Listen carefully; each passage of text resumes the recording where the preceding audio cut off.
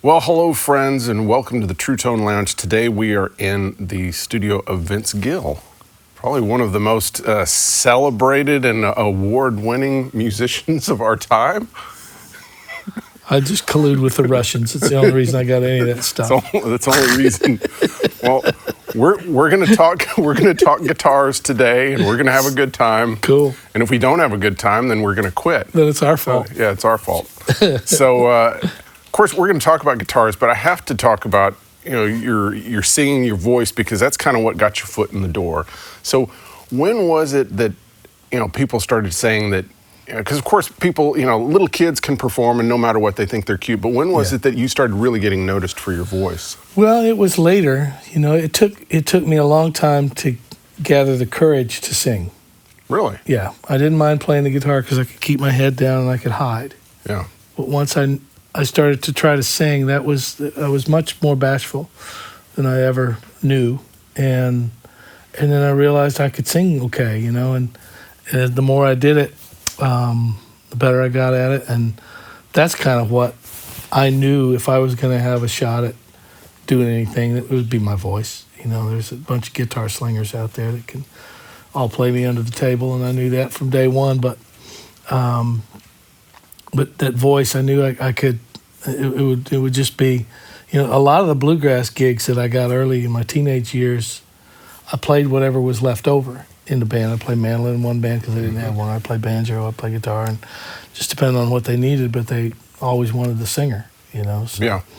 And then as I, was playing with a bunch of different bands, Pure Prairie League and a few other folks like that, I was a side man for a while and still do that, in sessions and things. But when I decided I was going to try to be an artist and find my way into the country music world, it's not a long list of guitar heroes, that are shredders and players and all that. There's a handful that can really go, but I knew that my ticket would be singing and songs, Yeah. And once some decent songs started to show up, then everything kind of did what it did.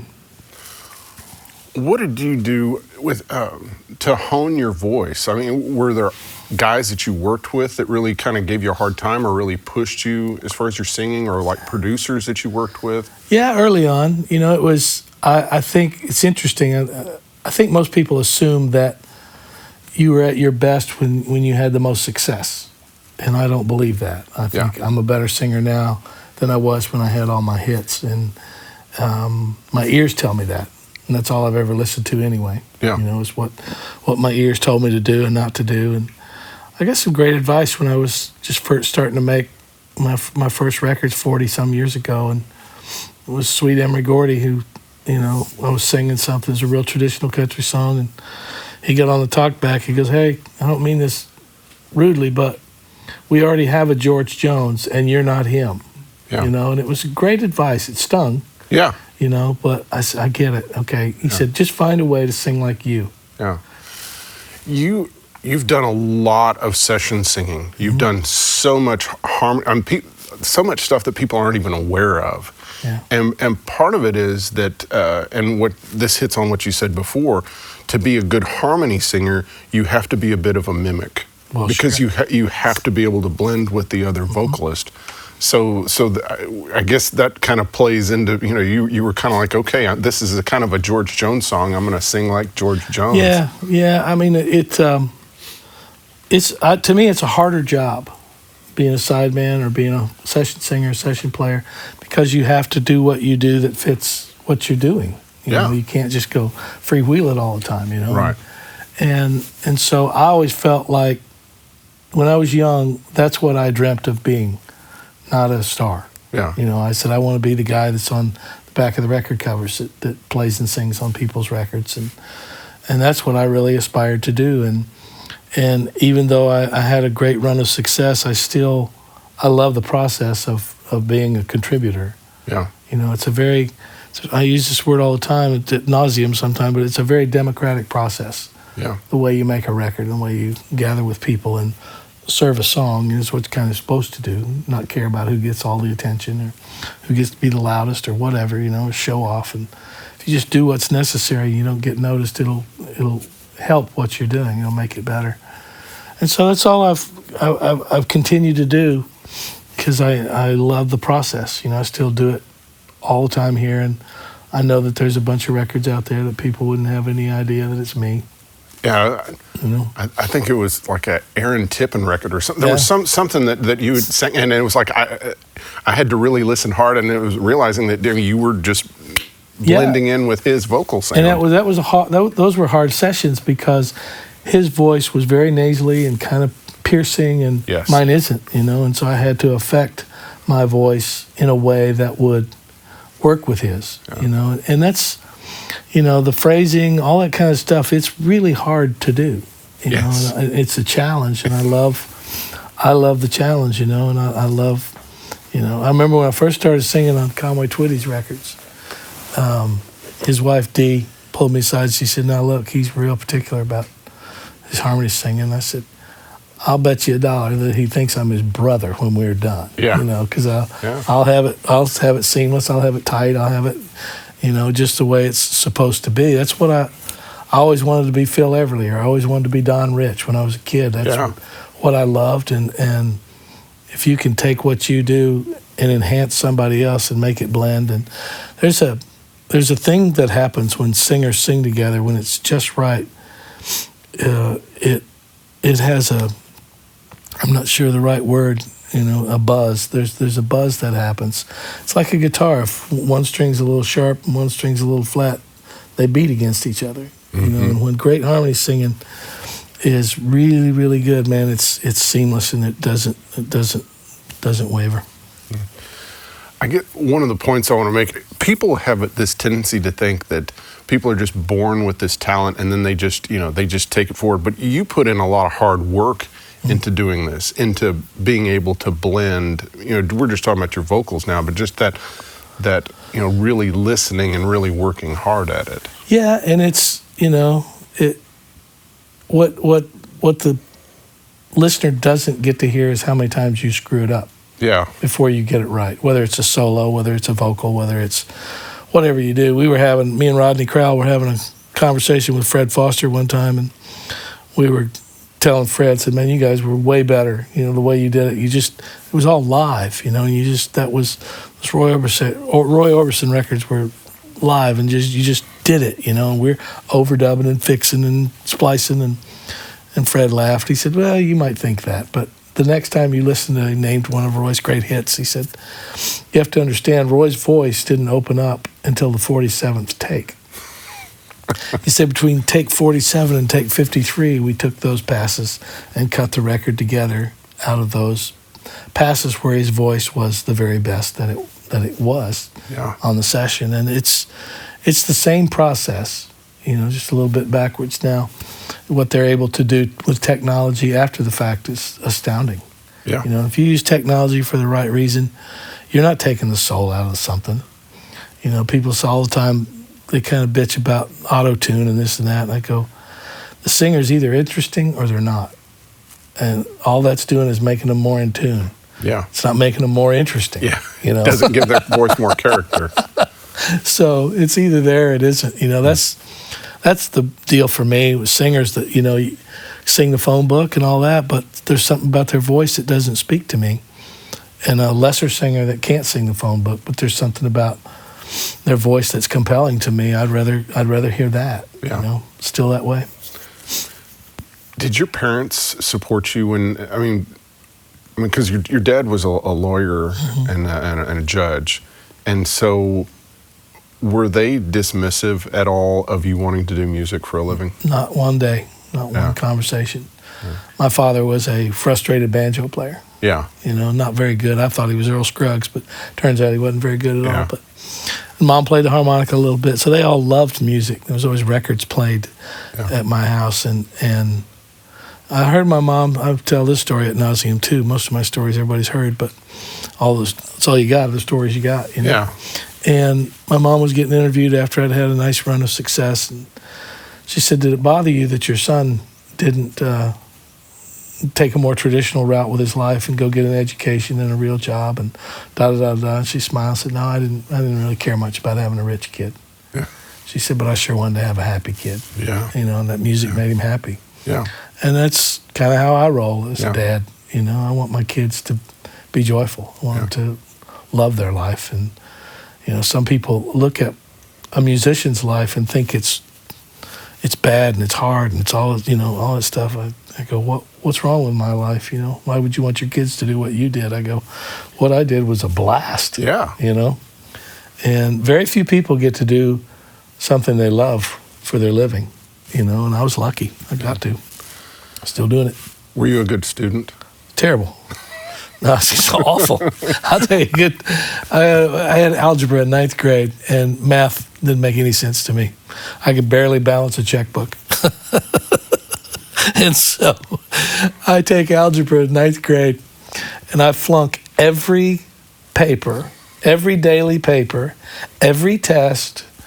Like, I don't just kind of flunk it. I'm getting 16s, 19s. I don't get 48s and 51s or anything. I was 12s and 11s. And I get my report card at the end of the year, and it said D-, which meant I passed. Yeah. You know, and I went to the teacher, and I go, what'd you give me a D- for? I didn't even come close. He goes, yeah, no kidding. He goes, I don't care. You tried. He said, this will never make sense to you. He said, I don't want you to ever have to see this again. That's why I passed you. Wow. He said, you just keep playing your guitar and don't worry about algebra. I mean, yeah, he had a much bigger view. He had a good, rather than good just perspective. Yeah. It was pretty cool. How did you were a bluegrasser, and what made you switch into playing electric music? What inspired you to get into electric music? Well, I had played electric prior to the bluegrass. You had that stretch. 335. I had that red 335 that my mom and dad got me when I was 10, and I was playing all the rock and roll songs of the day and playing Rocky Mountain Way in my bedroom and all the little garage bands and everything. We had the handful of songs we knew, and I was turning it up loud and all that stuff. And then I got turned on by bluegrass by a friend of mine named Bobby Clark, who's a really fine mandolin player from Oklahoma City, and we grew up 2 blocks apart, and I never knew he was a musician. And I went over to his dad's house one day. I'd broken a string on my dad's banjo and didn't know how to fix it. I knew if I'd catch hell if I didn't fix it, you know. So Bobby's dad, Charlie, fixed it for me and said, you play music, don't you? And I said, yeah, a couple of garage bands, and we play dances at school. You ever played any bluegrass? I said, no, not a note. And he put an acoustic guitar in my hand, and he said, my son Bobby's a really good musician, and we started, I started playing and said, hey, we just lost our lead singer. Would you want to join our band? And I said, man, I don't know anything about this music, but it came pretty easily. Mm-hmm. And I just loved it. I loved the process. I think great bluegrass rocks as hard as the Rolling Stones. Well, and also that when was you're in the middle of it. Yeah, and also that was an era when bluegrass was really doing interesting things. You had Sam Bush with Newgrass Revival, and you had J.D. Crowe, and you had the New South, and you had all these bands that were really bringing a new energy to bluegrass. Seldom Seen, Country Gentlemen, and I was playing all these bluegrass festivals the last couple of years of high school, and I met all those people. I met Ricky, I met Marty Stewart, I met Mark O'Connor when he was 12, and it was crazy that music bonded me to so many people that I still have great relationships with to this day. And I don't think I would be the harmony singer I am. I don't think I'd be the musician I am or the songwriter I am without a little dose of bluegrass in those early years. Yeah. So what was it that got you into electric music again after the bluegrass phase? It was just a fluke thing. I'd moved out to California when I was 19, and I still loved to play electrically and was a Steely Dan fan, all those kinds of records that I loved. And moving to California, it was all out there. Mm-hmm. I remember I went to see Larry Carlton play when I first moved there, and I had my 335, and I went to Santa Monica Civic and heard him play, and just life-changing the way he bent those strings and how soulful he played. And I took my guitar to a shop and I said, I need one of those stop tail pieces. That's what I was going to ask you. I was like, as soon as I heard you say that, I was like, is that when you put the stop tail on Yeah, exactly there? right. Yeah. And so I'd go into the clubs and, hey, you want to sit in? I said, yeah. And then they'd go, let's play something country or something bluegrass. And you go, I want to bend strings and play some of this other stuff, some of this fusiony, jazzy kind of things. And then a friend of mine called me one day and said, hey, I'm going to go audition for Pure Prairie League. You want to go? I said, yeah, I'll go with you. I said, I opened for them when I was in high school. Yeah. It'd be fun to see them again. And so we went to this thing and introduced myself. They said, aren't you the kid from Oklahoma that plays all the different instruments? And I said, yeah. They said, would you be interested in this gig? We need a lead singer and guitar player. And I said, no. I'm playing with this guy named Byron Burline, a great fiddle player. Yeah. And I said, I'm not really looking for... They said, well, come back and jam with us tomorrow. I said, okay. So I got to take my little red 335 and an amp down there and fired it all the way up, dimed it, and having a blast. I said, this is kind of fun. And I said, hey, I'll come out. I'll go out with you for a while. See, made a few records and had a couple of hits. And it was a great experience. I got to see the music business for real. Yeah. I got to see the touring business for real and buses, and it was a great learning experience for me. And that's kind of when I got the bug to maybe think about being my own artist and doing my songs, things like that. With Pure Prairie League, were you a sideman or did you have like an ownership stake? There wasn't much to own. Yeah. They was out there playing college gigs and they didn't sell a lot of records. There was no big upside to being a partner or anything, And they, I had just started writing songs when I joined them in '78. And they said, do you write songs? And I said, yeah, I got a few, and I had written 7 songs total. And they cut 5 of them, and they were all awful. They were horrible songs. I listened back to them now and go, oh my God. But you had to write those. You can't even pass algebra, and you think you're writing songs now. But anyway, that got me started writing songs. And little by little, they got better and better and better and whatever. But those were fun days. I never cared what role I played in music. I didn't have to be the front guy. I didn't have to be talking in between songs. I didn't have to be the lead guitar player. I didn't have to. None of it mattered. I just liked being a part of the process. And when I started playing with the Eagles, and that's my favorite comment Don made about me, was they asked him, they said, why'd you get the country guy to be in your band? And he goes, he knows how to be in a band. Yeah. And that was a great compliment. Because you do know. You know your spot. Yeah, you know how to be a harmony singer. You know how to be a sideman guitar player. Yeah. You know how to do that gig. We were playing, you'll love this story, and Don's playing percussion. We're playing Rocky Mountain Way. And I'm over there going, it's like I'm in my bedroom, and I'm playing with Joe, and we're playing Rocky Mountain Way, and I'm just throttling these power chords for Joe, just ripping them, and Don's looking at me all puzzled and whatnot, and I looked at him and I go, what? And he said, I thought you were a bluegrasser. I said, I am. Yeah. I said, but I kind of like this too. But this isn't too bad.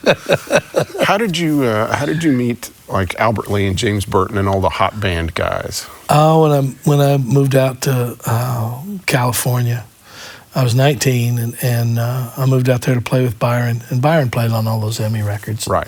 Knew all those folks, and I started getting seen by a lot of those people. The first gig I did when I played with Byron was at the Troubadour in Los Angeles, and we were opening for Guy Clark. Mm-hmm. And so I'm up there, and we did "Till I Gain Control Again" in our show, and that was one of the songs that Byron's band had recorded, and I was singing it, and I'm in there playing, and Guy's in there, and all of the everybody, Emmy and Rodney and all these people were there to see Guy, and I got done with our set, and Rodney came to my dressing room and he goes, "Who are you? What's your? We're going to be friends." And he said, "Because you already sing my song better than me." Well, I don't know about that, but that's how we met and became friends. And he invited me when he left Emmy and started his original band. He asked me to come play with him, and I wanted to because it was such a high level of musicianship that would have been great.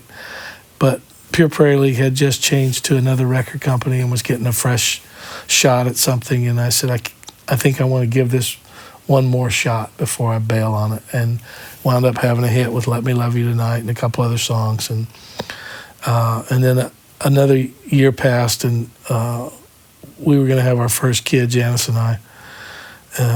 She was born in May of '82. And I decided to get off the road because those guys toured 250 days a year, shows.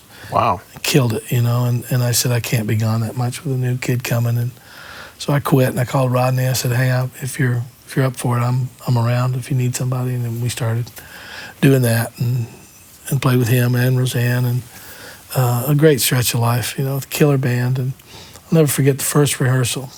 And once again, it was always my singing that kind of led the way for me. And Roseanne reluctantly hired me. Mm-hmm.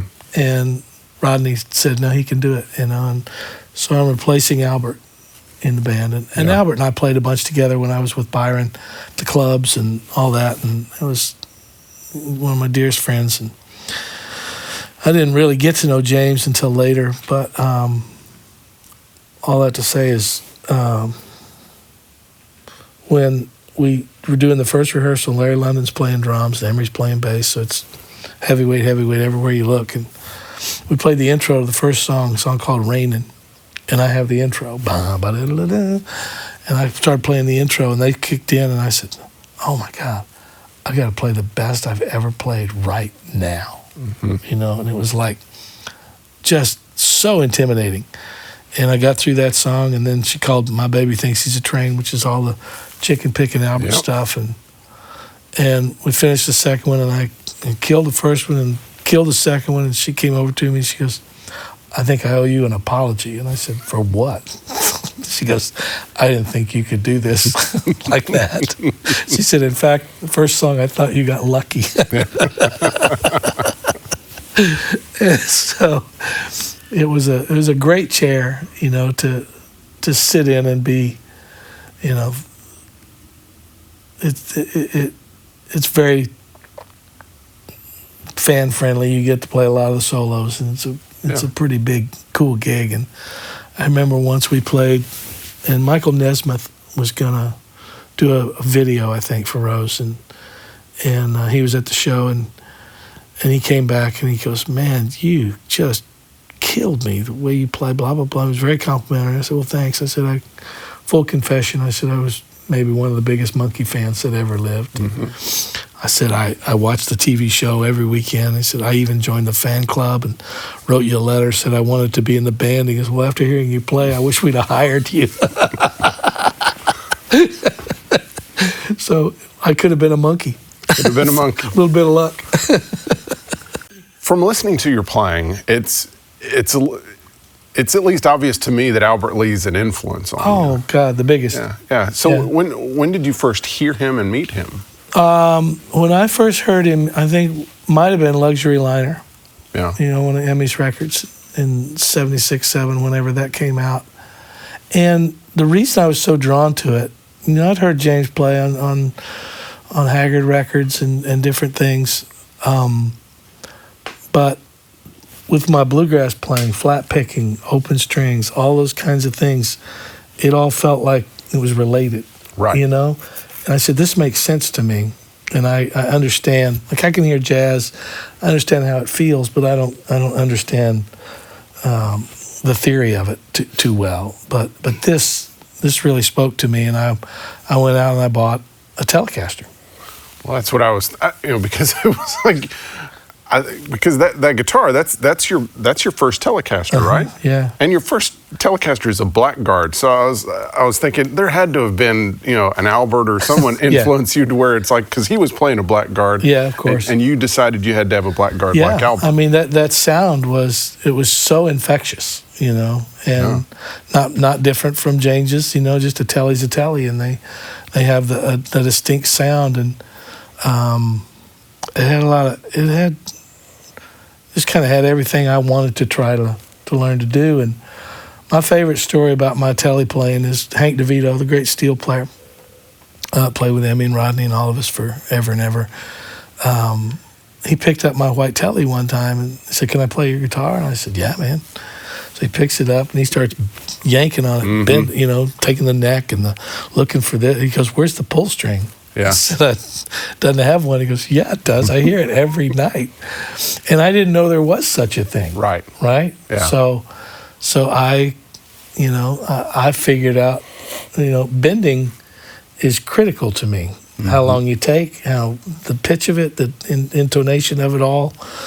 And I learned to do it without a pull string, and it sounds kind of close, It's very close. And that's one of the things that's unique about your playing is that you heard Clarence and the other pull string guys, and when you bend, a lot of times you bend in the same way that the pull string kind of sounds, and so that's why people would think that you had a B-bender. Because I'm only doing it because of how I heard it.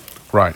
I never got to see it per se, and I didn't know they had a contraption on their instrument that did it like a steel guitar. And I love the steel guitar so much. In 1975, I got the band I was in called the Bluegrass Alliance came to Nashville and made a record, and Buddy Emmons played on it. And that lit a fire in me like no fire has ever been lit. And I went and bought a steel guitar, and I've always loved the instrument, and it reminds me a lot of a voice, of a human voice, of what it can do. And so I was a frustrated steel player for a little bit, and we had called it a mercy selling when I finally got rid of it. But yeah, I was always trying to emulate what the pedal did, and my fingers would do it in the same cadence and the same kind of rhythm of it. You can hear guys bend strings, and some of them bend too fast, some of them bend too slow, some of them bend past the pitch, and for me, every bend had to be soulful. It had to be just the right grease. All that stuff is the nuance of all this stuff is what's interesting to me. Yeah.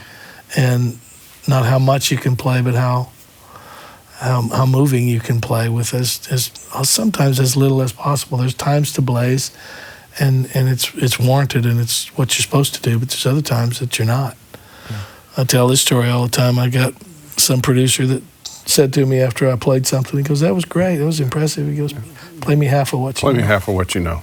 And once again, that's kind of how I go through everything. I try to say the most with the least.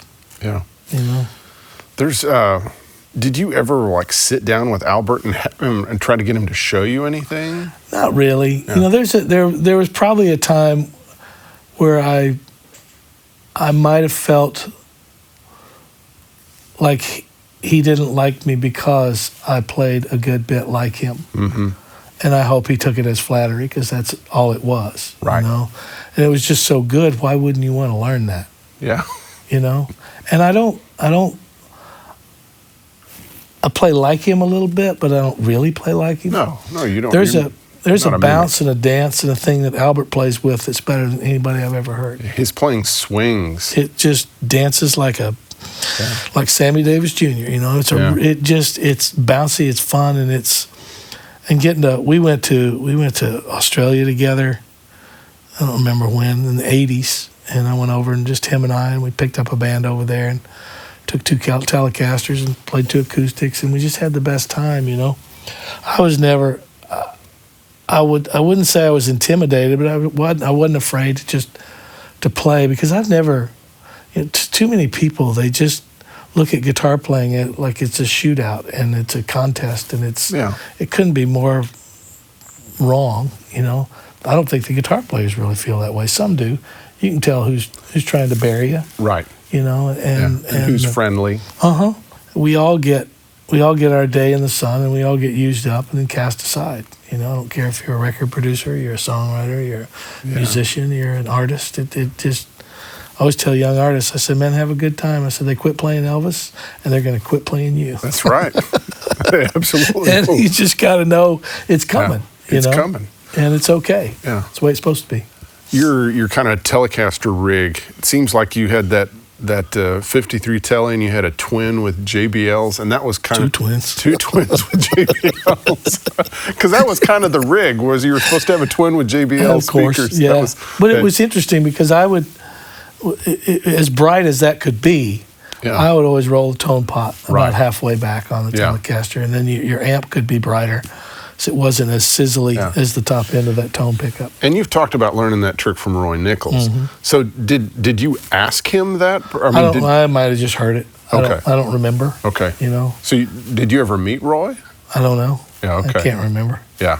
It's hard to remember things. Yeah.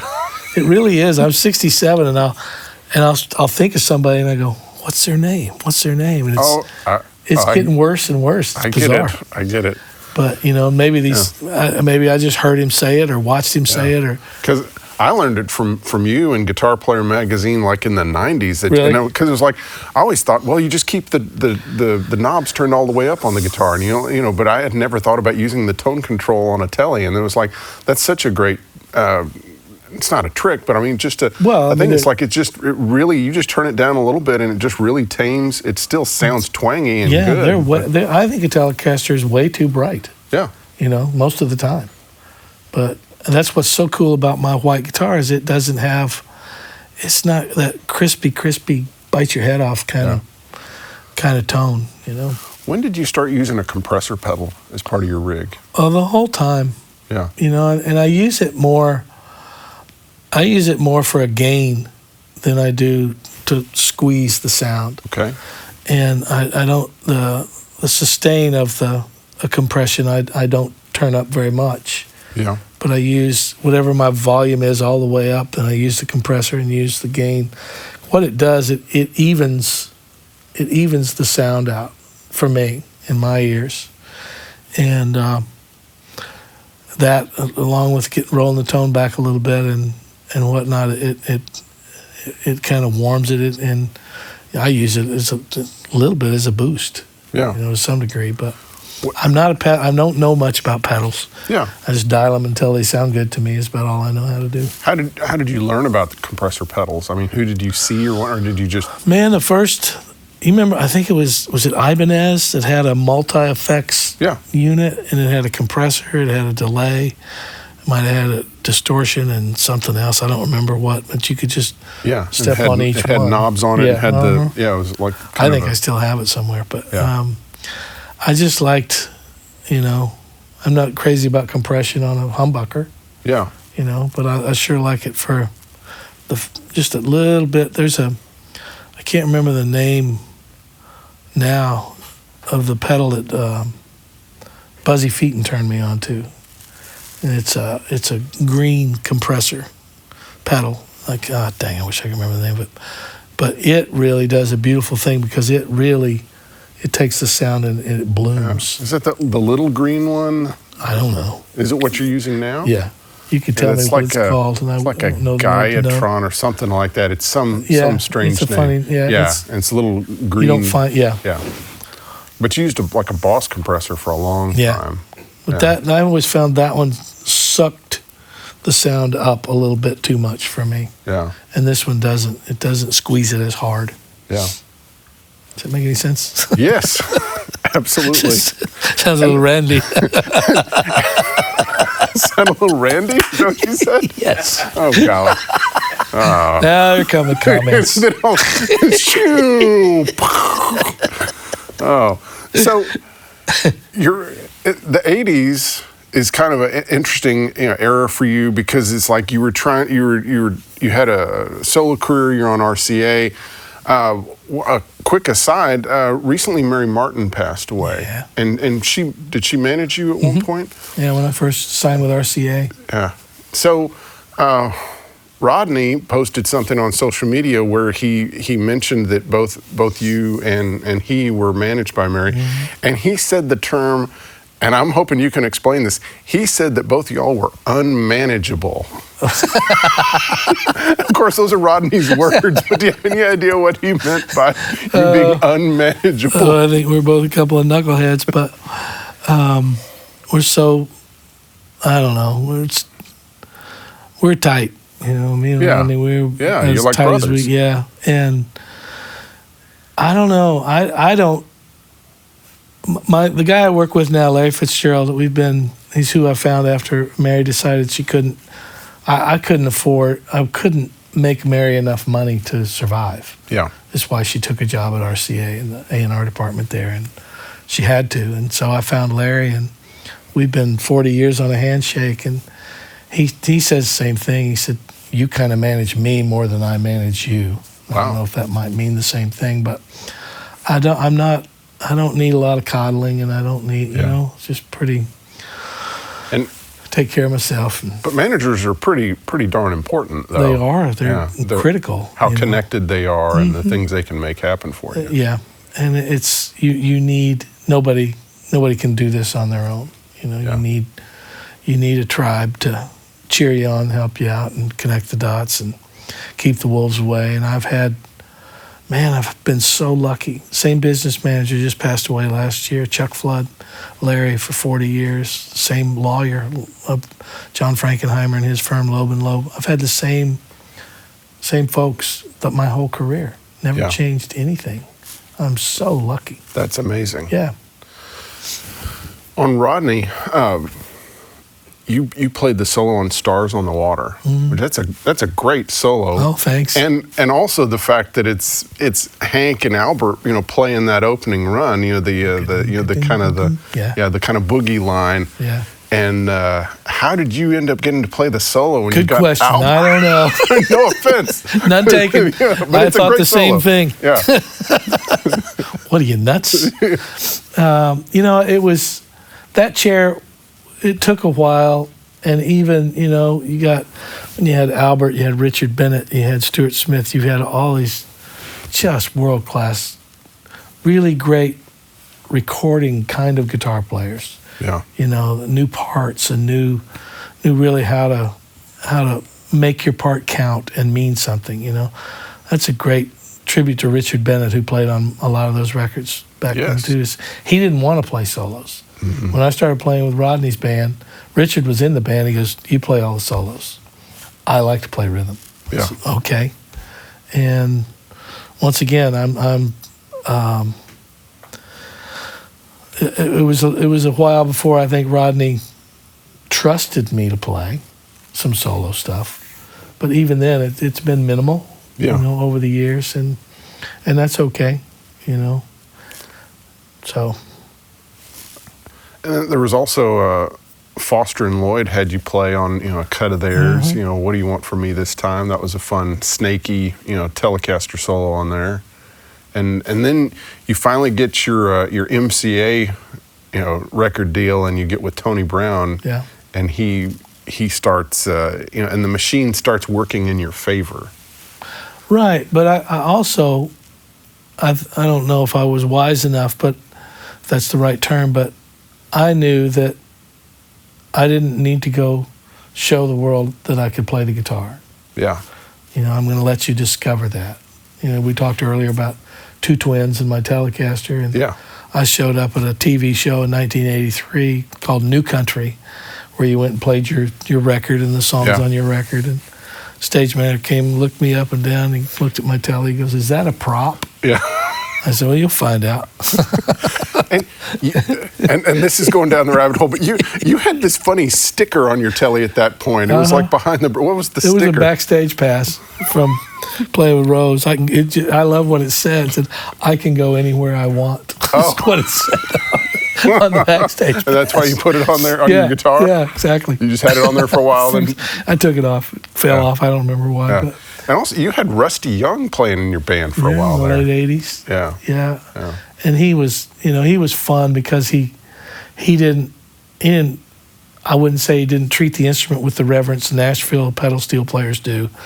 That's the wrong way to say it, but he was more adventurous. He was willing to hit a stomp box and turn it over and be Robert Randolph before Robert was born. Right, doing the fuzz steel. Just taking the instrument places that traditionally it never would go. Yeah.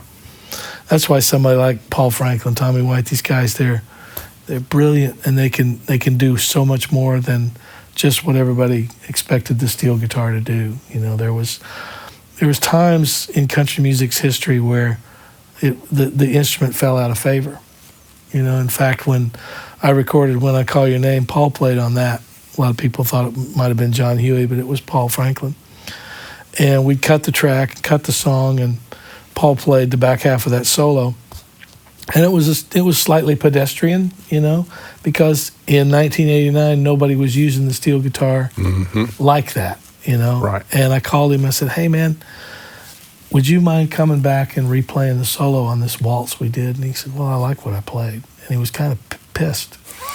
And I said, "Well, I do too." But I said, I really want to see if I can get you to play the instrument like how we used to, where it cries and it whines and all the stuff nobody really wants anymore, And he was okay. And he begrudgingly came down, and then it became a big hit and a kind of one of those steel solos that's thought of like Together Again and, Lost in the Feeling and some of those kinds of iconic steel solos. And he pulled me aside and he said, "I need to say thank you for getting me to replay that solo." And just all that to say is, you just never know when it's going to flip and turn. And I didn't have any reason to believe that a 4.5-minute waltz would change my life. Yeah. But it did. And I just didn't have to make those records and shove my guitar down everybody's throat, because it wasn't how it worked. You've always had other guitar players on your records playing, with you and supporting you, yet you've always played the solos. Let's talk about Stuart Smith. So whose idea was it to have Stuart play on your records? Was it yours or Tony's? Probably both of us. We'd Yeah. always get together and cast a band who we thought would be right for the songs that we had and the kind of record. My records have always been a bit chameleonish in that they'd have something really traditional on them, but also something contemporary and something that rocks, something that might sit in the soulful world. And so you had to cast players that could go different directions, and do many things. And it was just, I said, hey, we know of Stuart from Rod's Records. Let's see if Stuart will come down and play. It was fun. I had Dean Parks come from California and play on records. And you've had Richard Bennett. Fred Tackett. Fred Tackett. He way back. He was on When I Call Your Name. And I just, I love I've always loved other people's playing way more than mine. Yeah. I'm not a control freak. I don't have to have the attention. I don't have to be the loud. All that stuff is. I just love the camaraderie of it all and seeing what turns up. When you were cutting those records with Tony Brown, were you only singing when the rhythm tracks were going down, or were you singing and playing? No, I always played, because I always felt like the feel that I play with would kind of direct everybody where to go. Yeah. And feel is everything to me. And, I remember I made a record not long ago, and Steve Jordan was going to play drums, and because of him and Willie Weeks were going to play together as a section, I thought, maybe I'll let them lead where we go, and I won't play. And Steve says, "I came all this way to play with one of my favorite guitar players. You're not going to play?" "I ain't going to play if you don't play." Diana Krall, I was going to do a jazz duet with her, and she says, "If you don't play, I don't want to play." Yeah. I said, "Well, I can't." She goes, that's kind of refreshing that you don't know all those big chords, all those changes in between stuff, whatever. She goes, it'll be just like you, and that's what you learn after time. I don't want to hear anybody but Willie play guitar on Willie records. Oh yeah, Willie Nelson. And I heard Chris Stapleton say, he said, "Yeah, there's guys play better than me, but I play right. I play just right for what I do." That's right. And it's part of it. It's the way I've equate the way I play is similar to the way that I sing. When I'm getting ready to play something in my head, I go, "How would I sing this?" And that's what points me. And when I'm singing, I go, "How would I play this?" And that's one of the things that's very identifiable about your guitar playing, is that you stop singing with your voice and you sing with the guitar. Yeah. It's like you always play solos that are, they might have riffs, but they're melodic. They're not just it's not a barrage of notes being thrown at you. And that's the thing. They're hummable. They're, singable solos. The melody's in there. Yeah. Somewhere. I mean, that's a great old Chet quote. Yeah. You know, you're doing a session, the guitar player said, I don't really know what to play. And the melody usually works. The melody usually works. Yeah. But it's all true. Yeah. And so when you were tracking those songs, would you play acoustic or electric to play rhythm? I mean, both. Okay. Both. And you would just deal with any kind of bleed through, or you'd replace it or whatever? Sure. Yeah.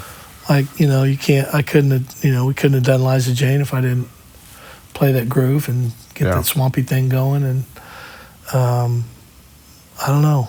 It's all fixed. That's the beauty of it. It's all fixable. So, just make sure you cut out on the bleed and this and that and make it work.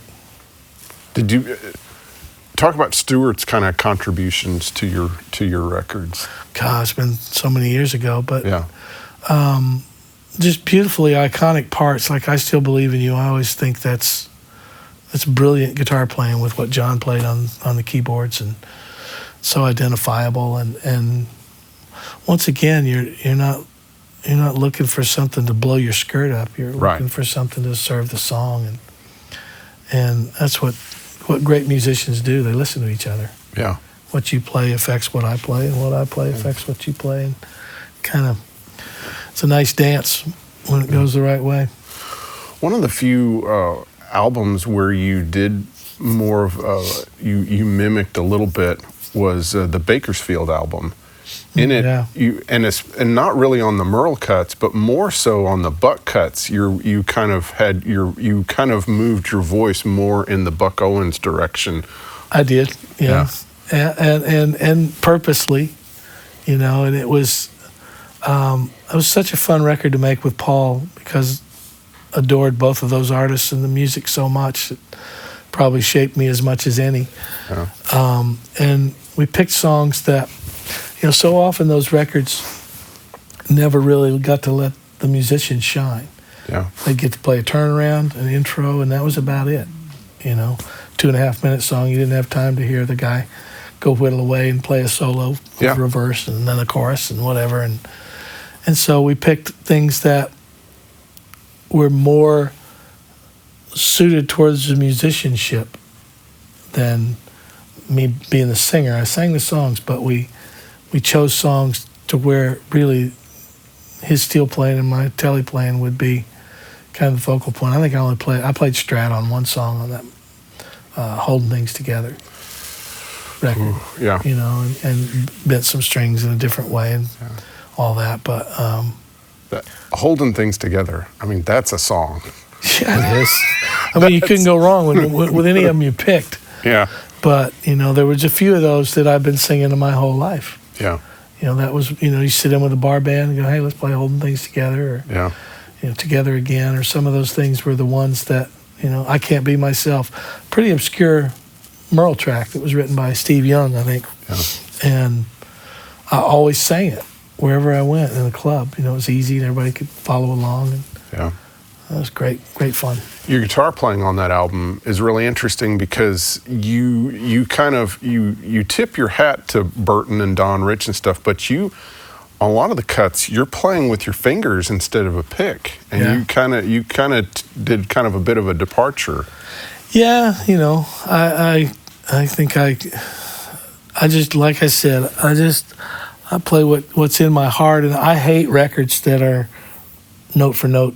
Right. Rapes of other records. That's boring to me. The parts were great. I loved it. I loved the spin that you took on it, because it was like, how do you do those? And because Burton and Roy Nichols and all those guys have done such identifiable things. Exactly. And when you put a little twist to it, it makes it interesting, instead of just like, well, he just mimicked what James did. Yeah, I never liked note for note representations of old records that didn't seem very creative. Yeah. And then you run into the people that are going to say, well, I like the old one better. Oh, I'm not trying to say I'm better than either of those guys or any of those guitar players. I just play like I play. And we did it. We do this because we love that music, not because we think we can do better versions. Yeah. But people like to listen to things and then, well, it's not as good as blah blah blah. I like that better than the original. And you get that sometimes, but the whole point of emulating something you love is the fact that you love it. Yeah. You know? Did you want to be one of the guitar players in the hot band? Sure. Yeah. I was on standby for a long time for Frank, because Frank Reckard would occasionally threaten to quit. Yeah. And Emmy would call and say, "Hey, Frank's threatening to quit again. Are you free?" I go, "Yeah." And he never quit. He never quit. He never went where it worked. You know? Yeah. And so I never got to. I played with Emmy in the '80s with The Angel Band. Angel Band thing Yeah. with Carl Jackson and Emery, and that was fun. You know, but never got to play all those songs. Yeah. With the Eagles, how long have you been? 10 years with them? 8. This is my 8th year. Yeah. Okay. One of the interesting things about, is that, again, you're back to being a sideman, and you're mainly there for your singing. I mean, Exactly. you're playing rhythm guitar. You really don't play much in the way of solos a night. solos. Yeah. You know, and it's had an impact on my guitar playing. Yeah. You know, I'm not as fluid as I probably usually was, and I found that out 2 years ago. I went out and did about 35 shows in the summer where we weren't working, and I had the hardest time keeping up. You know, and it was really a mind bender for me. It was funny. I had refretted my white tally. Went to Joe and said, "Hey, I want to try to wean myself off these big frets." So we put a smaller fret in. Okay. And I went out and started playing. And I'm going, I'm sucking bad. You know, this is horrible. And I went back. I said, "Is it because of the smaller frets, or just because I suck?" And it was just because I sucked. So I went back to Joe and I said, "Will you please put the big frets back in? I'm having a mind meltdown." You know, Why did you feel necessary to go to little frets? I don't know. Yeah. You know, Just I have no idea. Just experiment. Yeah. Maybe make it a little easier, but it made it a whole lot harder. Yeah, the bigger frets are easier to play on. Yeah. Yeah. And he put the big ones back in, and I was still struggling a little bit. I go, "Okay, it's just me. Yeah. You just gotta keep playing. I gotta practice." Ready to upgrade your rig? Introducing the new One Spot Pro power supplies from Truetone. The CS11, XP5, XP5 PS, and XP8 PS. Learn more at Truetone.com.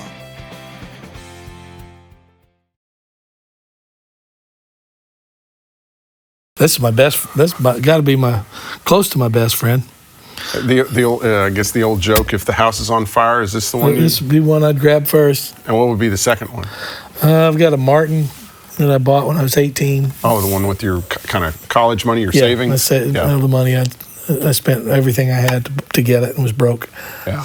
But there's a few. I mean, I don't know. There's a bunch of sentiment. One of those Martins over there was Chet's. It's pretty sentimental. His wife gave to me after he passed. And yeah, it's funny. You know, people will make a snide comment about, "Well, why'd you need so many?" And if you knew some of the stories behind some of these guitars, you wouldn't. I don't know that you'd say that, but Yeah.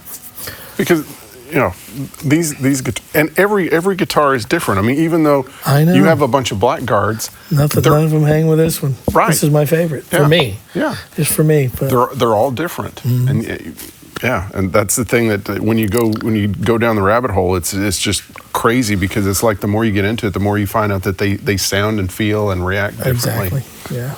So this guitar, it has a second string tree. When did you add that, or Of was course, it? Yeah. Joe would get mad if I said he did it. Yeah. But I think I don't know if Joe did this or not, but I've always had that second string tree. Yeah. And for the reason being, we argue about this, me and Joe, all the time. Yeah. I said, I understand that it only has an impact when I play open strings, Yeah. but I play a lot of open strings, Yeah. all the time. So with that little bit of tension on the nut, it's not as flappy, Right. and all that, because there's no angle Right. on it. And You get better downward pressure on the G and D string. That's, yeah, and then after you Yeah. fret it, it doesn't matter anymore. I get Right. that, but for those open strings, for Yeah. playing, Yeah. those kinds of things, Yeah. that'll hang with you a little better. Yeah. Have you ever done any modifications that you regret on guitars? Like something really heinous? Not too bad. I've been pretty good with them. Some people have done some things that I wish they hadn't have. Yeah. But this one I've never done anything to except replace that pickup and half a dozen fret jobs probably over the years. Have the pickups ever been rewound, like the bridge pickup? No. Really? That's amazing. That's death sentence. It's all over. We have to do that. I quit. Oh, dang. Yeah, but I guess they'll eventually kind of wear out and do what they do. Well, the biggest thing you watch out for is when it starts getting a bunch of rust on the low E string on that pole. That's when you know that there's rust going down in there. Gotcha. That's what I've learned from rewinders and stuff like Gotcha. that. That's when they start really, you got to watch out for that. Now, but this one I got for 1978. I still have the receipt, and I can remember the days. Two guys, Bob Woods and another guy named Larry Briggs. Larry's a vintage instrument dealer, and Bob had an old cool music store in Del City, Oklahoma, where I'm from. I'm not from Del City, but close. Anyway, they traded about 20 guitars for 20 guitars, and I wanted a Telecaster. Yep. And this one went by in the trade, and Bob Woods had picked it up, the guy that had the store. I said, "Hey, Bob, will you sell that Telecaster?" He goes, "Yeah, sure." I said, "How much?" He goes, $450. I said, "I'll do that."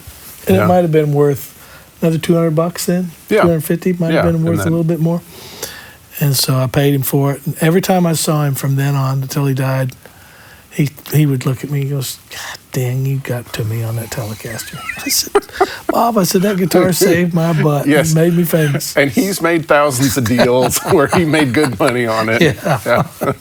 It's just fun to complain sometimes. Exactly. Yeah. But for some reason, all the finish is gone. And it was that way when I got it. Yeah. I'm sure I've worn a good bit of wood off of it over the years, but I can't find any sand marks on there or anything that looks like somebody took it off or it got reshaped or anything. I just think it just has the best neck profile of any Tele I've ever had. The color, always is really interesting on this. And Nacho, the guy that wrote the Pinecaster book, I asked him, I said, what do you think about that color? And he said, "I don't know. I mean, they could have done something at the time." He said, or it could have gone back for a refin, a couple of years later. What I heard was they did a lot of the lap steels in that color. That's right. In the white. Yeah. And that every now and then they do a white one. And then I've got this one not too long ago from Norm's out in L.A., who I knew when I lived out there and bought a bunch of guitars from him over the years. But that was Roy Buchanan's backup to Nancy. Yeah. And came up for sale. And I said, man, to have a chance to have another white one would be pretty cool. Yeah. So I don't remember ever seeing hardly any white ones. Yeah. Because most of them are the butterscotch color. Exactly. And then, yeah. So this is a really cool guitar because this was Jabo's guitar that he played with little Jimmy Dickens. Mm-hmm. And again, this is another thing I learned from Nacho was that the finish on these broadcasters is really, really brittle. Yeah. And you have another one where it's really coming off bad. Most of it had come off even when I bought it. Yeah. And this is one of those guitars that they sold it to you, and of course they wanted you to play it on the Opry. Yeah. The story goes they found out that I played a guitar like that, and they contacted me and said, "We see you play a guitar like our relative Jabo, who played with Jimmy when he first came to the Opry. Would you be interested in his guitar?" And I said, "It's been on the bed for 60 years." And I said, "Well, sure." So they came to the Opry, and I bought it, and they said our dream is to see it played on the Opry one more time. Yeah. And Jabo died probably back in 51 or 2. Oh, yeah. He died in early 50s. Yeah. And so I went to Jimmy. I said, "Hey, little Jimmy, can I play with you tonight?" And he said, "How come?" And I said, "Well, I just bought Jabo's old guitar." And he said, "I want that guitar." And I said, "Well, I paid this much for it." And he goes, "I don't want it that bad." I can hear little Jimmy saying that. Yeah. "I don't want that." So I went out and played it with him, and then family's over there boohooing, a great moment and all that. And I took it home with me. And then fast forward a few years later, and Jimmy passed away. And so I had an idea. I said, I'm going to take Jabo's guitar and play it at Jimmy's funeral. Sing Go Rest High. Yeah. Played on that guitar, and I told the story of the instrument, to the people, And I said, this guitar was the guitar that brought Jimmy here. And I think it's only right that it should be the guitar that takes him out of here. Yeah. It's just beautiful thing, beautiful moment. Everybody's boo-hooing, and it's beautiful. And I get home from the funeral, and the phone rings, and it's Haggard, Merle Haggard. It's Vince, it's Merle. I said, yes, sir. He said, what I just watched you do, so that was the most beautiful thing I've ever seen. What you did for that man was so beautiful. Wow. And he said, I want that guitar. I said, you can't have it either, Hank. He said, I can't quit crying. He said, I don't cry. Yeah. I do not cry, and I can't quit crying. That was beautiful, and it was a neat moment, for full circle moment. Yeah. And Jabba was an important guitar player because he was... it's him and Spider, right? Played twin guitars? Yeah, right? and Grady Martin. Yeah. And apparently Jabba was, kind of helped Grady out, and they got going. And this is probably the first broadcast or telecaster was played on the Opry. It would have to have been. Yeah. I mean, I know the serial numbers are not sequential, but that's 0048. Yeah. So it's got to be. It's got to be early. Early. Yeah. That's a really, really cool guitar. This is one that you've been identified with a lot. I played that forever. You played this in Pure Prairie League. You played it. Yeah. And you got this from your buddy. My best friend, Benny. Yeah, Benny Garcia was my childhood first music friend, and we played in all of our first bands together and everything. And even when he had it, I bought this guitar. I only had one Fender, and I knew I wanted to maybe get a Strat. And he had that, and it had been refinished back then. And we made a deal that he'd sell it to me for $200 and a pair of rough-out boots. So I bought him some boots, gave him $200 and got that Strat, and I played it the whole time. I played it my whole life, and I've put the EMGs in there and changed to one of those bridges. Two-Tech was the name of the company that put those bridges in there. Mike Hansen was it made a lot of sense. It made the guitar sustain a little more and do some interesting things. And the fact that it had been refinished, I didn't mind routing out the body a little bit. Yeah. And then I put the old pickups back in it and then found my way back to, I like having that sweet, quiet EMG sound sometimes for certain things. And they have kind of a presence, like a high-end thing that's really, that kind of cuts through without being harsh. It's gacky, kind of yeah. And it was great because those EMGs with this, and I'd play live, whatever amps I was using, I didn't have to readjust tone all the time on the amps. It would take whichever one well. And so, Benny passed away 3 or 4 years ago, and I told him, I said, I'm going to sell you that guitar back someday for $200, a pair of boots. Never got to. Yeah. I had the pleasure of meeting Benny a number of years ago, out on the road, and what a fabulous guy. And the fact that you had a childhood friend that was with you my whole career. Yeah. And from the late 80s on. Yeah. So I guess that would be kind of helping kind of grounding you, having someone, having a friend that knew you pre-fame, and who was always there to kind of, when you got the big head, they were there to kind of knock it off. Yeah, he kept me in line. But what was cool was when I called him to see if he'd do it. I said, "Hey man, would you consider coming out and being my guitar tech?" And he goes, "What's a guitar tech?" Yeah, he's a good player himself, And I said, "I don't really know, but we'll figure it out. It'd just be fun to have you with me on this run." And he did, and it was awesome. I remember years ago, from recommendation from my manager, I hired a guitar player to be my second guitar player for a tour. And in the first rehearsal, I knew right away it was the wrong thing to do. And I called my manager, Larry. I said, "Hey, man, this isn't going to work out." And he said, "Don't tell me that." He said, "I promised him the gig." I said, "I know, but look, it's not a good fit. And stylistically, great guy, but, whatever." And he said, "Okay." So he called the guy and he said, "Hey, man, I'm sorry, but the gig with Vince isn't going to work out." And he goes, "Yeah, no kidding." He said, "What do you mean?" He goes, "Hell, I couldn't play as good as his guitar tech." He said, "I knew I didn't have a shot." Well, I guess that kind of made it. He was expecting the hammer to come down. And Benny's father was a Yes. World-class jazz guitar player. Yes. Played with Charlie Christian when they were young, and both from Oklahoma. And Benny's dad just didn't want to travel and live that life. He wanted to stay home, play clubs, but he would have been as big a giant as a jazz guitarist as anybody that ever lived. He was there remarkable. are a few clips of him, playing on that you can find. He played with Wills a little bit, and Yeah. all those guys. It was magical to hear him play. Yeah. We were too dumb. We were up there, playing our rock and roll. Tell us one Benny story. Oh my God! There's. I can't tell several of them.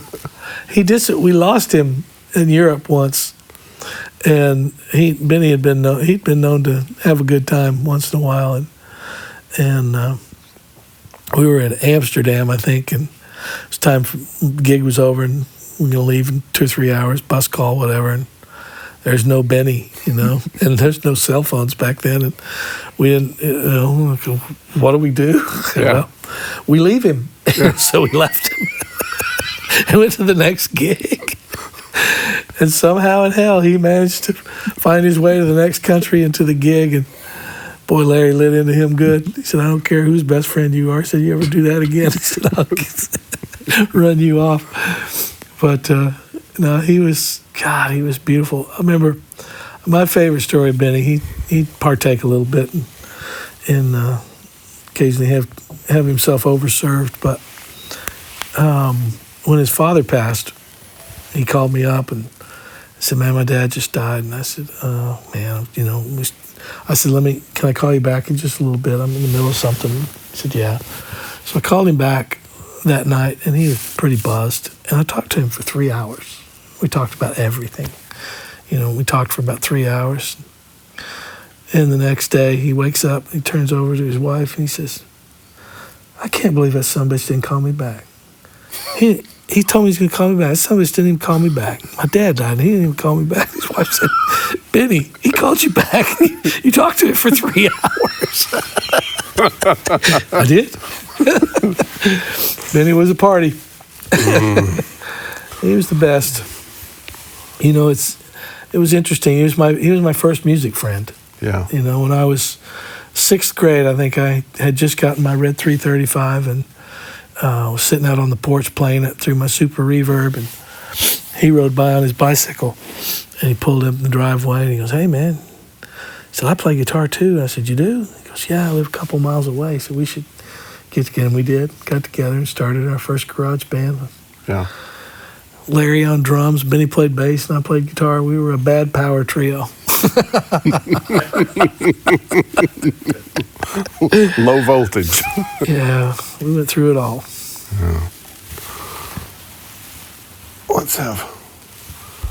Yeah. We're going to pull out a Gibson just to be nice. Gypsum. A Gibson, yes. Made in China.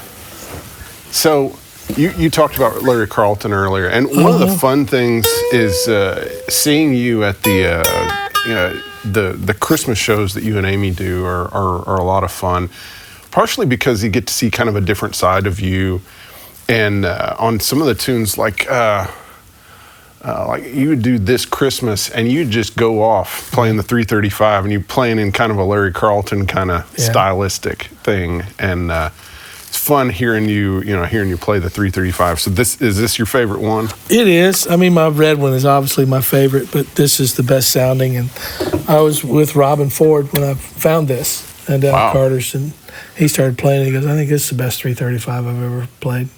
Wow. That's pretty good, pretty healthy endorsement. That is a guy that helped push. Those were the two guys that that just knocked everybody out when they played together at the clubs in L.A. And I was a kid and whatever, and just love to hear them play. And did you hear Robin and Larry play together a lot? Yeah.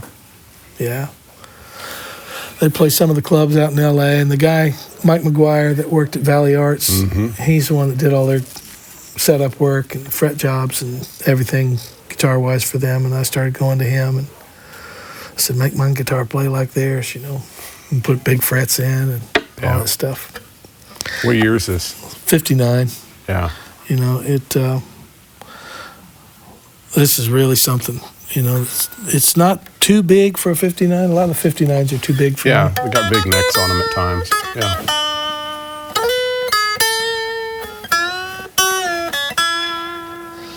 But, you know, they just sustain. They do all the things that Fender wants to do but can't quite.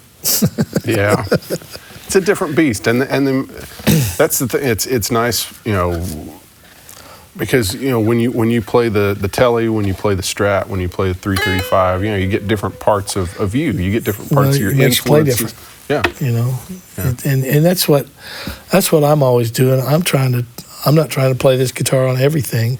Yeah. I'm just trying to pick the right guitar for what I'm wanting to do. Yeah. You know, and I'll go through several of them, just going, you know, how does this sit in the track? How does this, you know, play well with others? You know, so I don't know. It's such a fun thing to chase it. Yeah. You know, tone, and I've played for 60 years, and I'm still trying to sound better. I'm still trying to find a better stomp box. Still trying to find a better speaker. Still trying to, you know, all this stuff still goes on. Well, again, going back to gear, you were kind of a Fender twin guy with JBLs for a long time. Right. And then you started using the Rivera amps, and that kind of got you away from the JBLs. And you started using a pedal board, because I thought it was funny, because on earlier performances, you'd see your pedals on top of your amp. Like, you didn't have them in front of you. You'd have your pedal, and you could see you turn around, and you'd hit the pedal on top of the twin. This is pretty funny. Half the time, I'd have to kick the twin to get it to work. Yeah. Put a boot on it, you know, to get tubes to reset. Yeah. Whatever. And then you kind of, you've kind of morphed through the years, and you've been using little Walters. You used Fender Deluxes for a while, but then you got on the little Walter thing, and you've been doing that for quite a while. Yeah, I like those a lot, because it doesn't matter what you throw at them. You can throw a Strat, a Tele, a 335, a Les Paul. Yeah, doesn't matter, and they're so musical. They take everything you throw at them pretty well, and that's, you know, what I'm going to do. I don't want 4 different sets of amps out there to play. Yeah. Through during a show, and it just makes it simple, and it works pretty good. Yeah, Phil's a great guy. What kind of speakers do you like? Oh gosh, I don't even know anymore. Yeah, mostly probably Celestians. Yeah, I think. I'm not sure which ones, what the numbers are on the back or what color they are. Yeah. I'm not that big of a gear guy. Yeah. You know. Yeah. Just enough to be dangerous. Yeah, but when it sounds right, you leave it alone. Yeah. Yeah. You know, but no, it's I don't use JBLs anymore. Yeah. They ruin my back. Make an amp horribly Carry a heavy. twin through a club will kill a man. Yeah. All right, we got you to get one of your bursts out. One of your bursts. That sounds so awful. It's not It's horrible. It's okay. You do this for a living. I don't have a boat, okay? Do you have a private jet? No, I don't have a jet. I don't have a home. I don't have another car. See, it's okay to have a burst. That's all I want is guitars. Yes. So you're good. You're good. So My is this other burst is a 59 also. Thurston. Well, this is a great burst. It's lightweight. It plays great. It sounds great. It's less filling. Yeah. Yeah. There really is it's not just hoodoo. You know, they're great and they sound great. This is my favorite bridge pickup I've ever heard on any guitar. Yeah. I went to Joe and I played this a little bit with the guys, and I said, I finally feel like I've got really legit rock and roll tone. Well, it's clear and fat. I mean, it's just unbelievable. It's it's a good fit for a Tele player too, because it's kind of like a big Tele. Yeah, in a way. Sounds good. Where did this one come from? From Well Strung Guitars, Dave Davidson. Okay. Yeah. He's become a really good pal of mine, and I try to go up there whenever we're in New York, and we wound up spending a good bit of time in New York City, and so I go to see him whenever I can. And this is a 59? Mm-hmm. Yeah. It had a Bigsby or whatever, a couple of bite marks, but Yep. But it's a good one. It really is. That's what I'm crazy about is that pickup right there. Yeah. Well, I was going to ask you to play the solo off "Take Your Memory with You." You can play it on that or on the telly or whatever you want to play it on. I don't remember what I played it on. I might play it on my red 335. Really? Yeah. Yeah. That would make sense. I can't remember.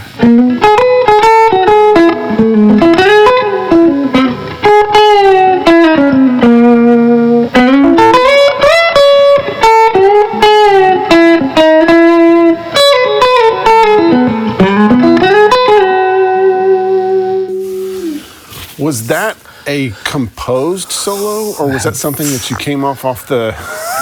Okay, it has been it's been more than 3 years ago. So, yeah. I don't know. I just kind of take off and keep what I like and fix what I don't. Yeah. Just like everybody else, you know. You know, and I think I'm probably emulating a more older style of Nashville guitar playing than a Telecaster style. Right, kind of more of the Grady Martin kind of thing. Because, you know, Gibson was king here in Nashville for the longest time. Absolutely. I think I've seen you do a thing on when you thought the Telecaster showed up. You know? Yeah. Well, the Jabo guitar is like kind of the ground zero in that. And then it's like it's not until years later that it really kind of takes off as being popular. It was more of a California thing. Exactly. It was, it was Buck and Merle and Phil Baugh and all those cats were all playing tellies. And so, so this was kind of, you think you might have played it on the 335 originally. Maybe. Yeah. I can't remember. Yeah. But it's a great solo. It starts off with that kind of, with the arpeggio, and you're outlining the chords really well. It's a really nice. Well, thanks. Yeah, it's a really nice solo. Wish I could play it. I never played it anymore. It's like a steel player. I play it all now. I'm already lost.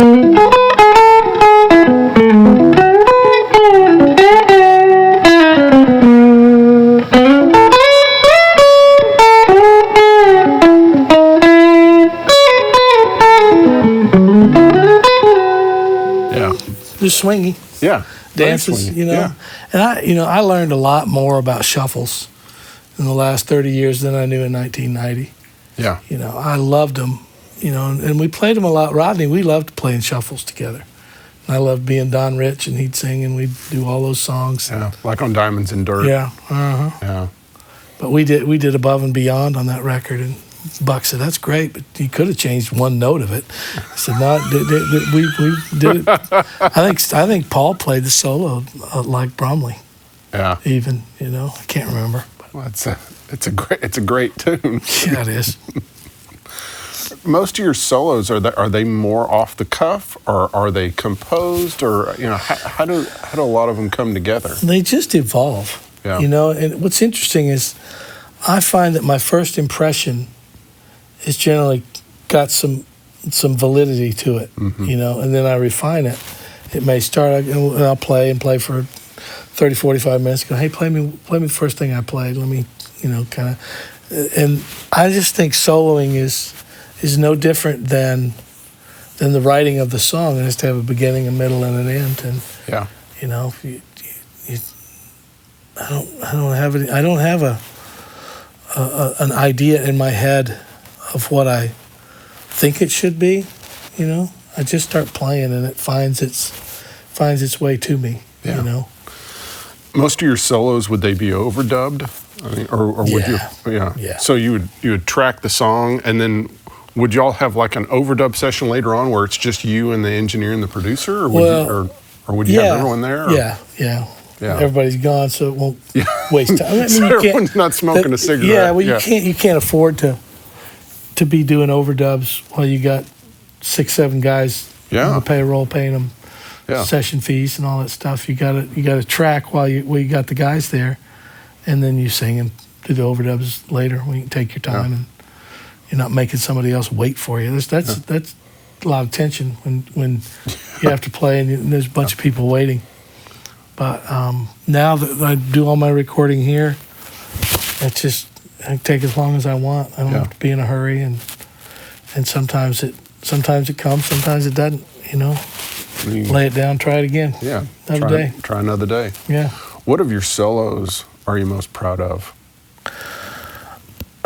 I think Liza Jane's fairly iconic for Telecaster kind Absolutely. of solos. Yeah. One More Last Chance might be Yeah. another one. But there's a solo on a record I did some years ago.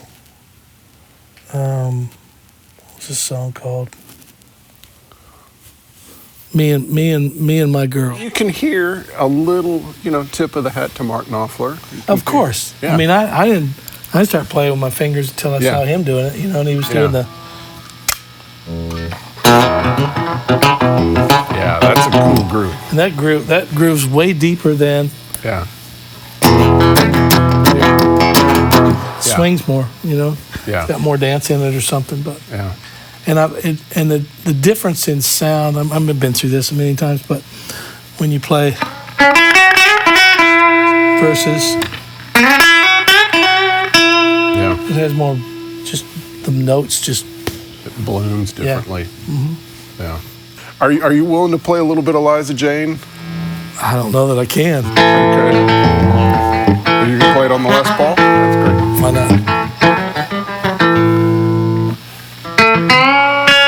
I don't know how it starts. I just know it's in my head when the band's playing it. You going on right It's composed, but it's also, it had been edited. Okay. And I would take a chunk out from another pass and another chunk out from another pass and meld it together. I didn't just play that Right. from start to finish. I've learned how to play it from start to finish. Right. Okay. That You makes know? sense. Yeah. But I think that's the way everybody does it. Yeah. It seems like. Yeah. Just keep playing until you find something you like. Yeah, and then put them together.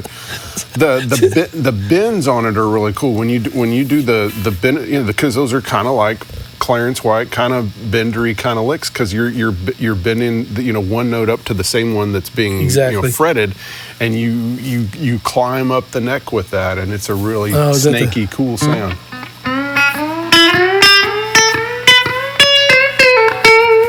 Yeah, and it's critical that all those bends be in tune. That's right. It's real easy to bend past. That's right. It's easy to not bend to it. Yeah. I got a funny story. Book and I are great friends, and he's playing with me these shows at the Ryman. But I like those Duesenberg guitars, but they're longer. Yes. So I talked to Nathan, who runs the company in the States, and I said I have a hard time playing those guitars because the extra length. Yeah. I know it's a little bit longer, but what I'm used to bending a note, I have to bend it further. Yes. Because it's longer, and they made me a guitar that is more of the regular scale length or whatever than they do. That kind of brings up the string question, because it's the same thing with strings. It's like when you put really light gauge strings on a guitar, you have to physically bend that string further for it to get up to the pitch, and it's kind of a weird thing. And one of the things I noticed was you always use 10s, on your guitars, and you didn't use the 9s or even lighter or 8s or anything like Albert and James and some of the other guitar players used. I tried once and I couldn't even play. Yeah. One of those early gigs with Albert, we were playing in Australia, and I tried to put 8s or something on my guitar, and I was just, what have you done? Yeah. It was a nightmare, but it's also, a bigger string sounds fatter. Yeah. Yeah.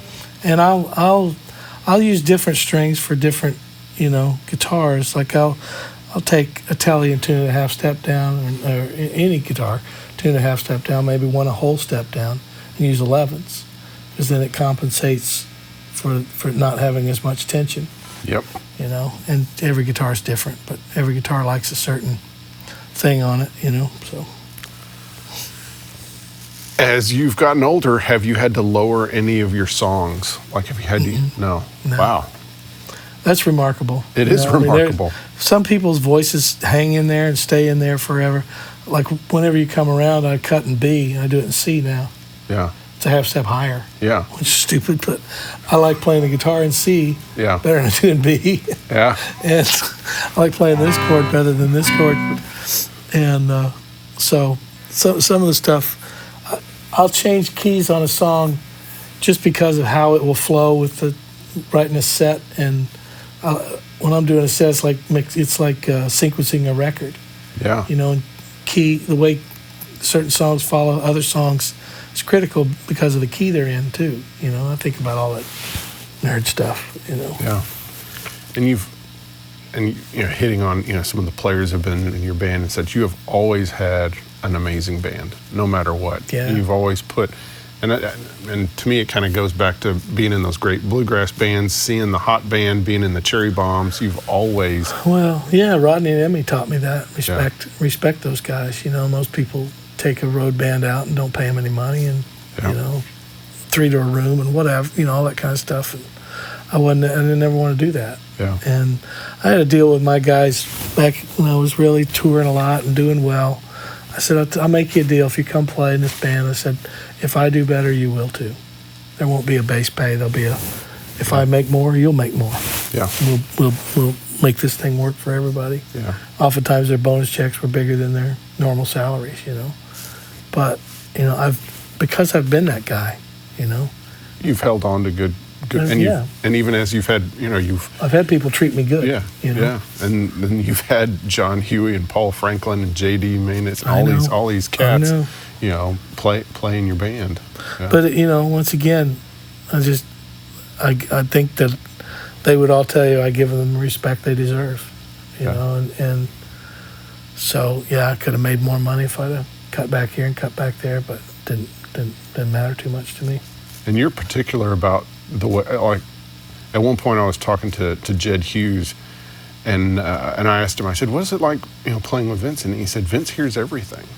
Yeah. And he said that you're paying attention to everything, and that you get, you know, like, you prefer like different voicings and things like that of chords and things like that at times, and it's like you're on it. But I'm not, you know, I give, everybody has I always say the record's a real good place to start. Yeah. If you want to find something to enhance that, go ahead. I'm all for it. Yeah. You know, and I'm not a note for note. I'm in a band that's a note for note, you know, expectation of everything you reproduce with the Eagles. But that's the way it should be. You know, I can't imagine not hearing those songs and not hearing the iconic lines, the iconic backgrounds, everything that made the arranging of those records so great. Yeah, they deserve it. Yeah, the Eagles are. Yeah, you have to reproduce it exactly. Mm-hmm. Yeah. But you know, with us, some things like I like to hear the intro to When I Call Your Name, like Barry Beckett played it. Yeah. I like to hear, you know, just certain things. Hey, that was pretty. Yeah. That was a pretty valuable part of that song. And Very familiar. valuable. And, you know, playing with those guys, with Don and Joe and Timothy, has just been a great lesson to relearn how important songs are. Mm-hmm. You know, if you got great songs, you're going to win. And they do have they have a catalog of great tunes where they just play, what do y'all do, 2 hours? Or it's just like, oh yeah, I know that one. Yeah, I know that one. I know that one. Yeah. Pretty remarkable. Yeah. So they're exactly as they should be. Furthest thing from a jam band, you know? Yeah. In a good way. Yeah. Well, thank you, Vince. I Yeah, really man. appreciate you letting us Hope you got something you can use. invade your home. Oh, yeah. Yeah. Glad we finally got to do this. Thank you. Yeah, brother. Yeah.